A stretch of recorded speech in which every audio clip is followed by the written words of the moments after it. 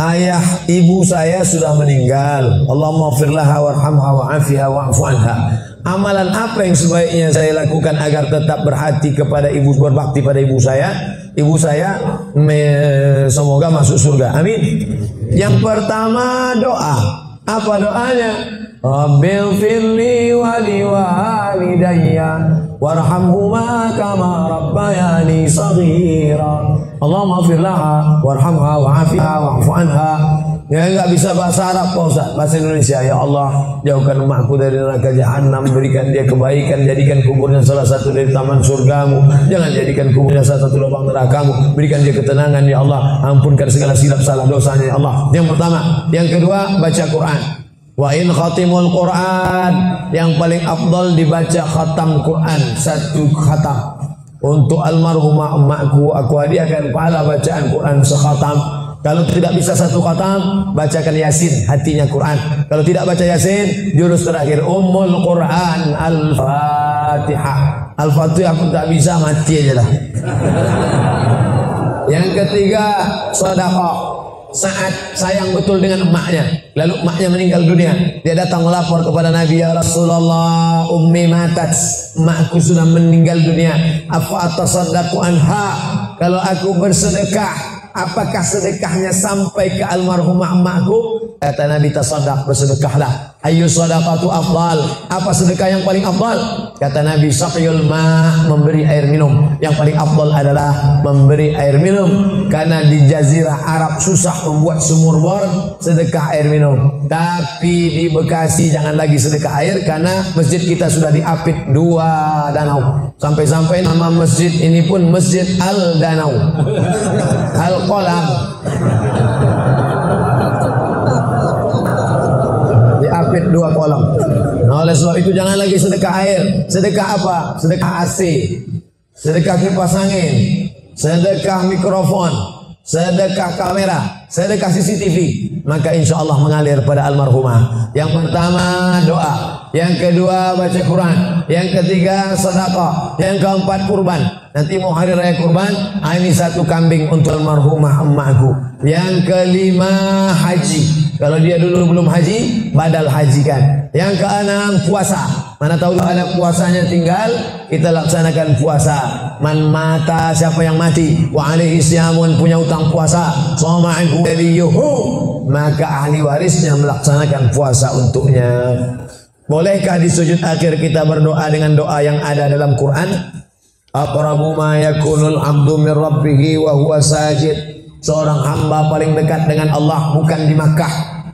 Saya merasa dekat betul dengan Allah ketika di Ka'bah, Pak Ustaz. Lalu bagaimana dengan orang miskin yang tak punya duit untuk ke Makkah? Maka orang paling dekat dengan Allah wa huwa sajid, waktu sujud terakhir. Fa'akthiru fihi du'a, perbanyaklah doa di sujud terakhir, tapi jangan bahasa Indonesia. Karena kalau dia ucapkan ya Allah tolong aku, batal salatnya. Pakai bahasa Arab. Kalau nggak bisa bahasa Arab, dalam hati saja. Berapa lama sujud terakhir itu? Sampai Sayyidatuna Aisyah mencubit tangan Nabi dari balik kain. Selesai sholat Nabi tanya, Aisyah, kenapa kau cubit tanganku tadi? Kata Aisyah, kusangka kau sudah sakratul maut ya Rasulullah. Saking panjangnya doa Nabi. Sementara kita yang belum ada apa-apanya, yang status belum jelas, tepat betul sujudnya, macam stempel kertas.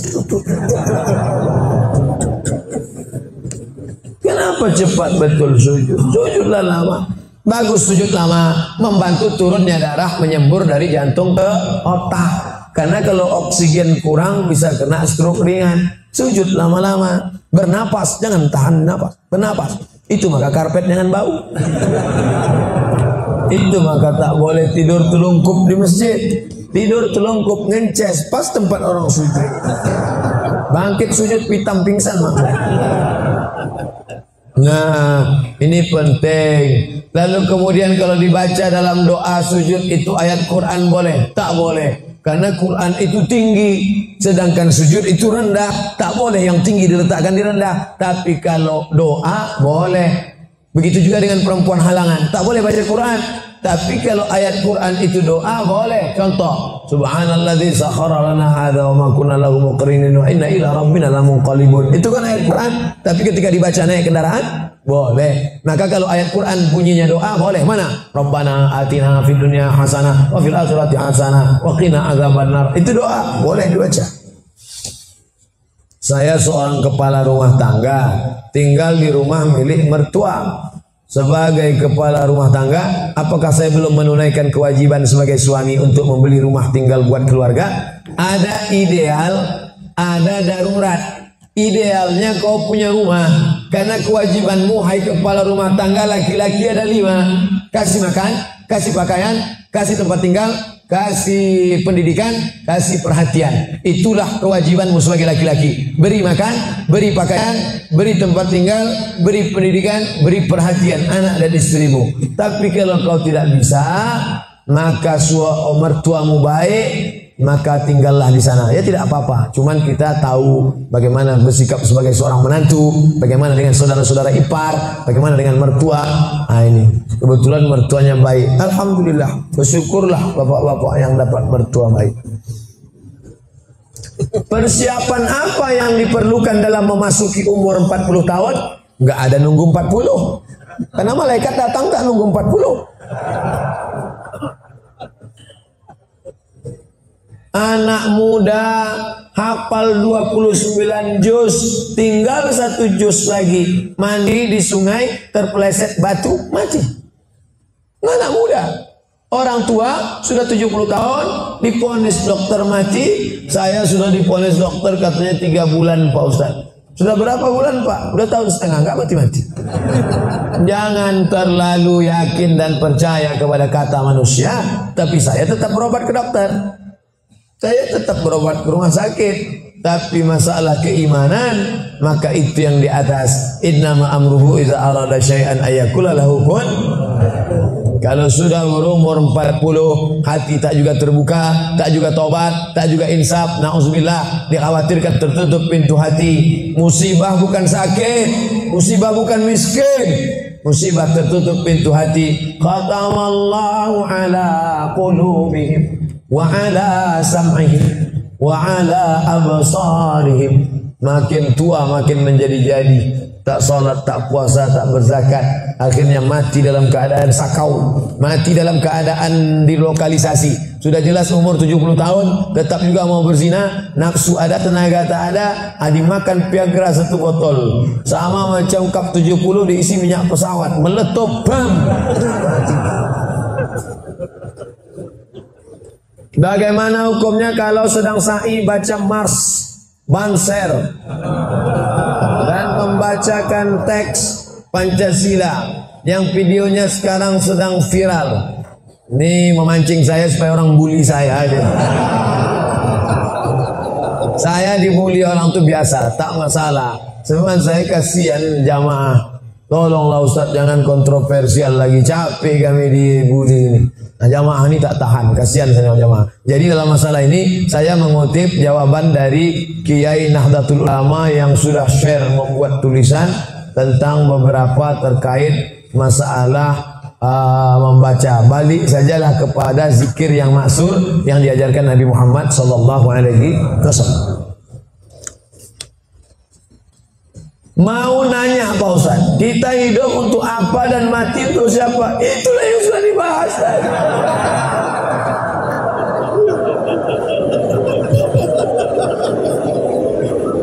Artinya pertanyaan ini dibuat sebelum pengajian tadi, maka nggak boleh suuzon. Kertas terakhir, ada lagi. Kertas, kenapa Allah membolehkan poligami?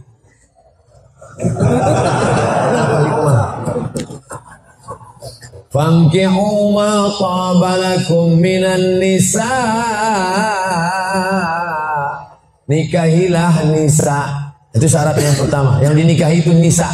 Makanya laki-laki menikahi perempuan. Karena Allah menciptakan Adam dan Hawa, bukan Adam dan Asep. Setelah kau pilih nisa, syaratnya bagaimana? Min thayyibat. Fankihu ma taba, yang baik. Kalau laki-laki thayyib. Thayyib itu artinya baik. Sekarang thayyib sudah berubah, enggak pulang-pulang. Fankihu ma taba, nikahilah perempuan yang baik minan nisa, perempuan yang baik. Masna 2, wa sulasa 3, wa ruba' 4. Fa in khiftum alla ta'dilu, kalau kau khawatir tak sanggup adil, fa wahidah, satu saja cukup. Ada seorang janda, dia punya anak, maka anak yatimnya ini perlu dijaga orang. Maka daripada dijaga orang lain, saya ajalah menjaganya. Nah, itu alasan pertama, karena untuk menjaga anak yatim. Itu alasan pertama. Alasan kedua, ada mungkin laki-laki yang dia 300 tenaga kuda. Tak bisa dia kalau tak poligami, tak cukup satu. Kalau sampai satu tuh matimu tuh. Tuh. Jadi perempuan tidak boleh mengatakan lebih baik lakiku berzina. Oh enggak, maka dia harus berlapang dada menerima 300 tenaga kuda. Yang ketiga, untuk menghibur. Nabi Muhammad itu 25 tahun monogami, istrinya cuma satu, Khadijah saja. Jadi jangan katakan dia penyakit seksual, dituduhkan orang sekuler, liberal, kafir, munafik. Nabi Muhammad itu 25 tahun dalam keadaan lajang, tidak pernah berzina. Mereka menggelar dia Al-Amin. 25 tahun dalam keadaan istri satu, Khadijah. Setelah 50 tahun barulah dia menikahi beberapa perempuan dengan alasan karena suaminya mati perang. Kalau dia dalam keadaan terluka, dengan alasan karena untuk mendekatkan hubungan dakwah kesukuan. Kalau dinikahi anaknya, maka suku itu akan menjadi tunduk, dengan alasan banyak. Nah, itu jadi bukan hawa nafsu, karena 50 tahun dia mampu mengontrol hawa nafsunya. Di akhir hayatnya, ini adalah ujian bagi umat Nabi Muhammad sallallahu alaihi wasallam.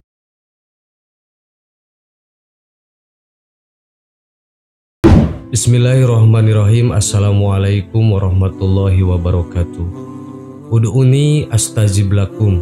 Berdoalah sebanyak-banyaknya dan Allah akan mengabulkan doa kita. Begitulah firman Allah dalam kitabnya. Allah subhanahu wa ta'ala sangat menyukai hambanya yang selalu berdoa dan meminta segala sesuatu kepadanya. Sebaliknya, orang yang jarang berdoa dianggap sombong karena merasa dirinya bisa sendiri. Oleh karena itu, panjatkanlah doa sebanyak-banyaknya. Jangan takut doamu tertukar dengan orang lain. Allah itu maha mengetahui mana yang baik untukmu. Dan jangan lupa bersabarlah dan tetaplah tawakal ketika doa tak kunjung dikabulkan. Jangan sampai ada perasaan putus asa ketika doa tidak kunjung dikabulkan. Apalagi sampai berhenti berdoa. Introspeksi dulu pada diri sendiri.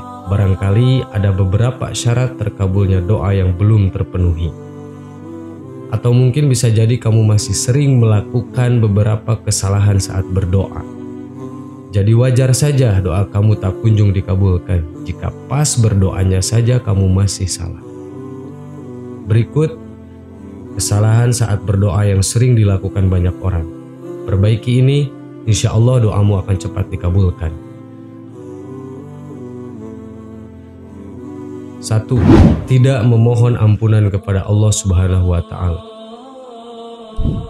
Hal yang harus pertama kali kamu panjatkan ketika berdoa yaitu dahulukan meminta ampun kepada Allah.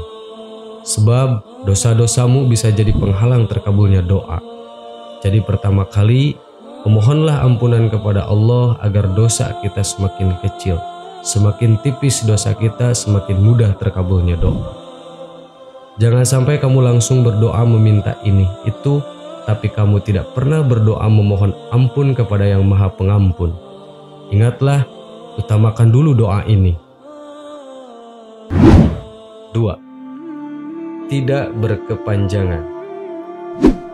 Doa itu tidak cukup sekali. Doa itu harus berkepanjangan.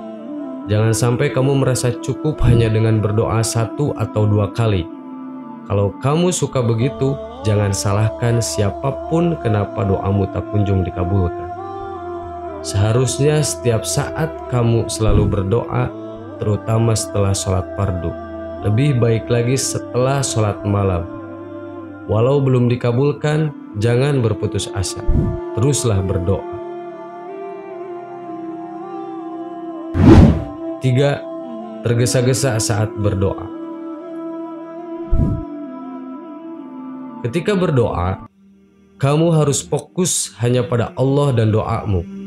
Jangan sampai kamu buru-buru ketika berdoa, apalagi sambil membayangkan hal yang tidak ada sangkut pautnya dengan doamu. Saat berdoa itu, tenangkan dulu hatimu, fokuskanlah hanya pada Allah dan maknai setiap kata dari doamu. Jangan sampai kamu memanjatkan doa, tapi kamu sendiri tidak paham apa arti dan makna doa tersebut. 4. Ada keraguan saat berdoa. Ini yang sering dilakukan banyak orang ketika berdoa. Kebanyakan masih menyimpan keraguan ketika berdoa. Aduh, apakah doaku akan dikabulkan tidak ya? Kayaknya mustahil harapanku ini terwujud. Jika masih menyimpan keraguan saat berdoa, jangan heran bila doamu tak kunjung dikabulkan. Sebab Allah Subhanahu wa Ta'ala melihat lubuk hatimu yang terdalam, dan ternyata hatimu masih menyimpan keraguan. Secara tidak langsung kamu masih ragu sama Allah Subhanahu wa Ta'ala. Padahal di depan Allah tidak ada yang mustahil. Yakinlah kalau kamu itu akan dikabulkan, doanya itu adalah modal utama.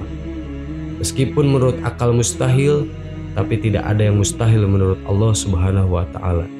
Jangan takut doamu tidak dikabulkan, tapi takutlah kamu tidak diberi hidayah lagi untuk terus berdoa. Assalamualaikum warahmatullahi wabarakatuh.